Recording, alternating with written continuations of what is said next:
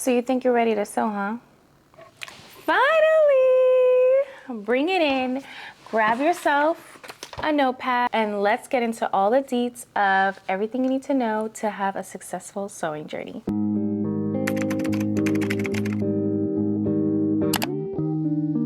We're gonna get right into the nitty-gritty. The very first thing we're going to talk about here is a sewing machine. You cannot sew without a sewing machine.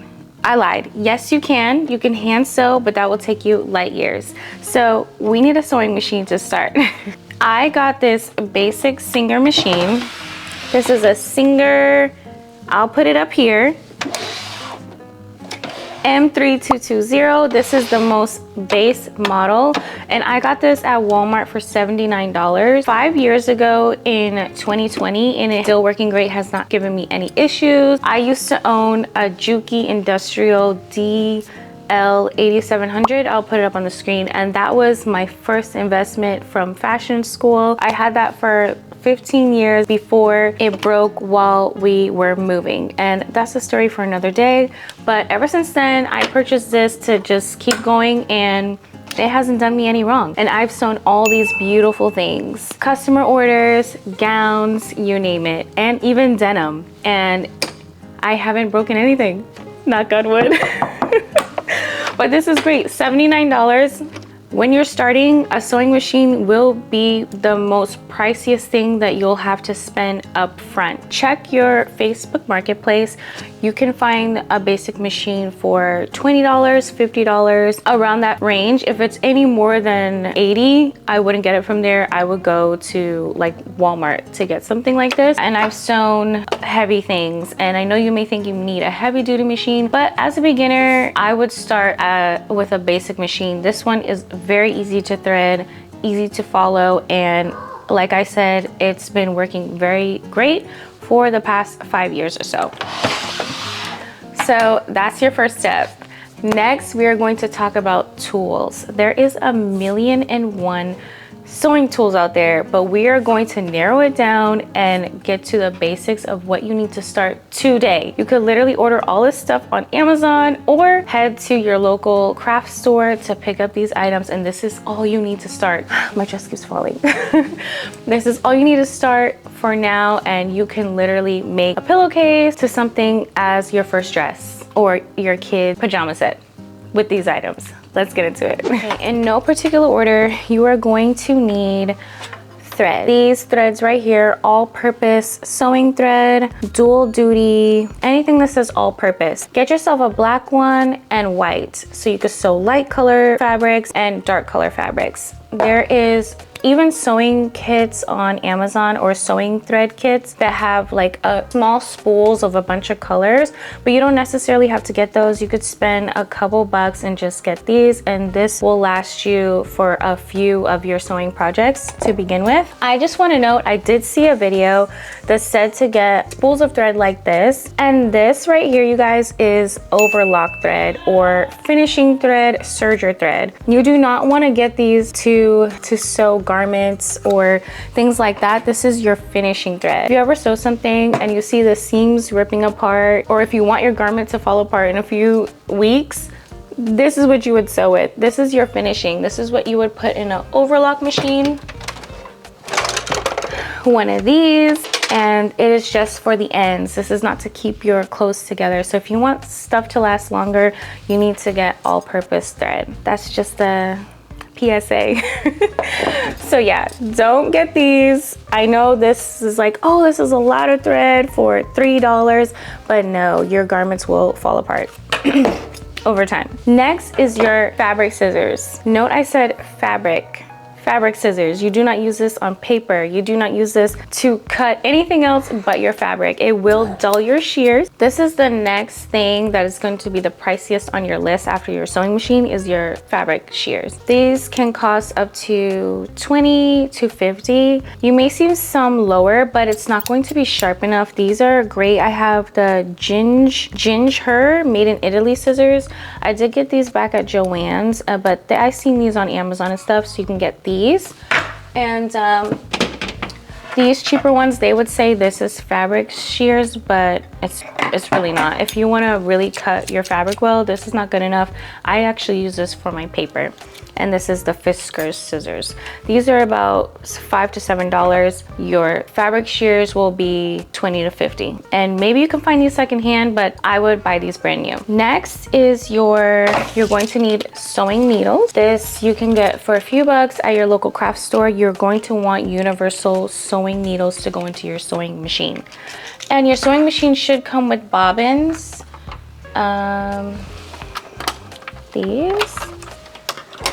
They should come with a couple of sewing machines, especially if you buy it new. If you buy a secondhand machine, you probably have to buy these, and you could find a pack of these on Amazon for $5 or less. I'll link down below everything so that you can easily find them. But yeah, you're going to need these to thread your bobbin so that you can sew things. So you'll need bobbins.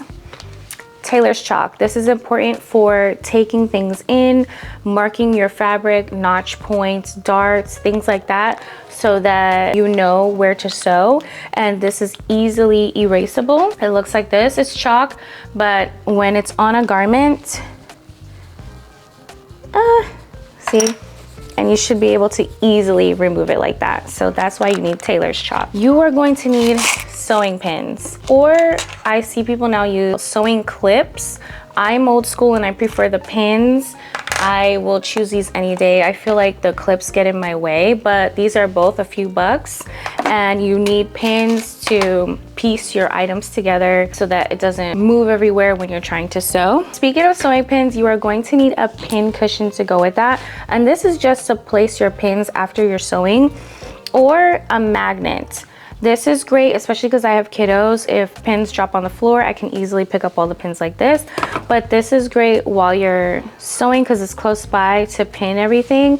And even when you're on the machine, you don't sew over your pins, so you remove the pins and place them here. I actually made my pin cushion. I want to make a new one, so let me know if you want a tutorial so that we can make that together. It's something easy to make, super simple to make, and you can have something handmade in your sewing kit. Comment down below if you want to see a tutorial on that. Lastly, this is not a must-have, but I think it's a great tool to have, is a sewing snip. Oh, this is not last. I almost forgot about a seam ripper, but we'll get into that. The sewing snips though, this is great because you can get really close to your threads when you are cutting. Sewing snips are great, and you can also find these on Amazon for way cheap. You guys, I almost forgot about the holy grail, your seam ripper. Every sewist needs this. I've been sewing for 20 plus years, and no matter how beginner or advanced you are, you need this. This will help you unstitch those seams. We all make mistakes. We sew the back to the front, we sew darts incorrectly. This is gonna be your saving grace. You definitely need seam rippers, and you can find a pack of these on Amazon as well, and I'll leave that down below. And these are just a couple bucks as well. Your tape measure, this I think you guys finally is last on the list. I apologize. You're going to need a tape measure to measure yourself. You'll need this to measure on your sewing patterns and your fabric and everything. Let me know if you want to learn how to measure yourself. My clients always have this question, especially those that are not local and I have to get to them. And if you're ordering things online, you can measure yourself and cut the hassle of things not fitting. And that's simple to do, and I could teach you how to do that. Comment down below and I will get that done for you. That is all the sewing tools you need. Now let's get to our fabric. Fabrics can be a huge investment, and I believe you should also look outside of the box. Using things like blankets and curtains are a great option for fabric. You can look in your home first for old blankets that you are no longer using or that has like holes in it. I do have a blanket I was going to show you guys that has holes in it, and before I threw it away, I was going to use it as lining. It's 100% cotton. Wash it and use that to begin with. Also, your Goodwill outlets, Goodwill bins, that is also a thrift store warehouse. They have so much stuff every year, and they put everything that doesn't sell or that is just too much in Goodwill outlet stores. And I found this there, and they sell things there by the pound. It's $1 a pound. And this is a curtain, no stains, completely clean. It's durable, and it's also lined. So I have two fabrics here. I can make a whole dress, and this is about 3 yards of fabric. Like, you guys, 3 yards of fabric at a store such as Hobby Lobby, Michael's, rest in peace Joann's, or MoodFabrics, or etc. 3 yards of fabric will be like 20 and up.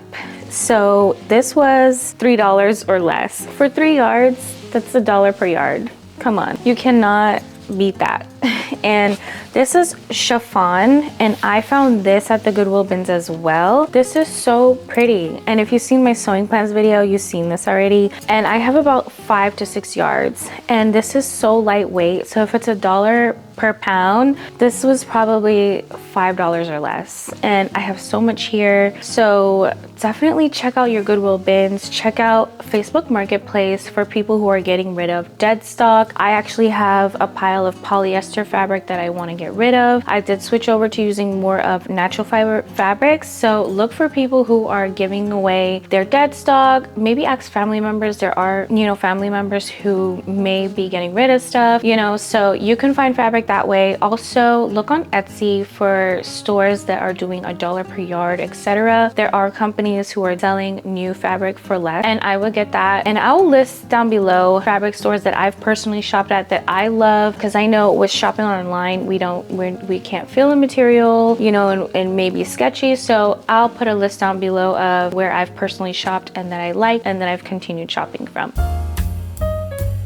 Now you have your tools, you have your machine, and your fabric. What do I sew first? If I was to start sewing today, I would start with a pillowcase or a tote bag or an apron. All of these items are made up of shapes, squares and rectangles. So easy to follow. You don't need a pattern for that. You can easily go on YouTube University and watch a free video on how to sew a pillowcase, which I have on my channel. That was one of my very first sewing tutorials on here. You could follow that, and that's literally cutting a rectangle and so forth, and that'll help you sew straight lines and also get a feel of what your sewing machine is like before you get into more complicated things like a dress. Once you've done that step, you can then advance to a sewing pattern, and you don't have to follow exactly what I'm doing. This is just how to help you set you up for success, so you don't start with a dress, you are horrible at it and hate it. So let's start with something easy, and then intermediate, and then something more difficult. We can then use a sewing pattern. With sewing patterns, they can get costly. I would start with free sewing patterns. There's so many online. I love to go on MoodFabrics.com. Hopefully they sponsor me one day, because I'm always shouting them out, but they have tons of free patterns. Literally anything you think of making: pajamas, lingerie, suits, dresses, costumes. They literally have it all for free. There are designers like myself who provide these free patterns, or fashion students that provide them. They give also tutorials with it and instructions on how to sew from start to finish. It is so helpful. Definitely check that out. You can also get digitized patterns on Etsy, also simplicity.com. The only thing with digitized patterns is the printing. So even with the free patterns, they're digital, and the printing could be a lot. There could be 65 pages or more. What I advise is going to like a FedEx, UPS, Staples, or Office Depot type of store. Put that pattern on a USB drive and print there, because their printers are faster and the ink is great that way, because our home printers are usually much more slower and we don't want to waste all our ink. I hate that. This is a digitized pattern that I've purchased myself on Etsy. This guy,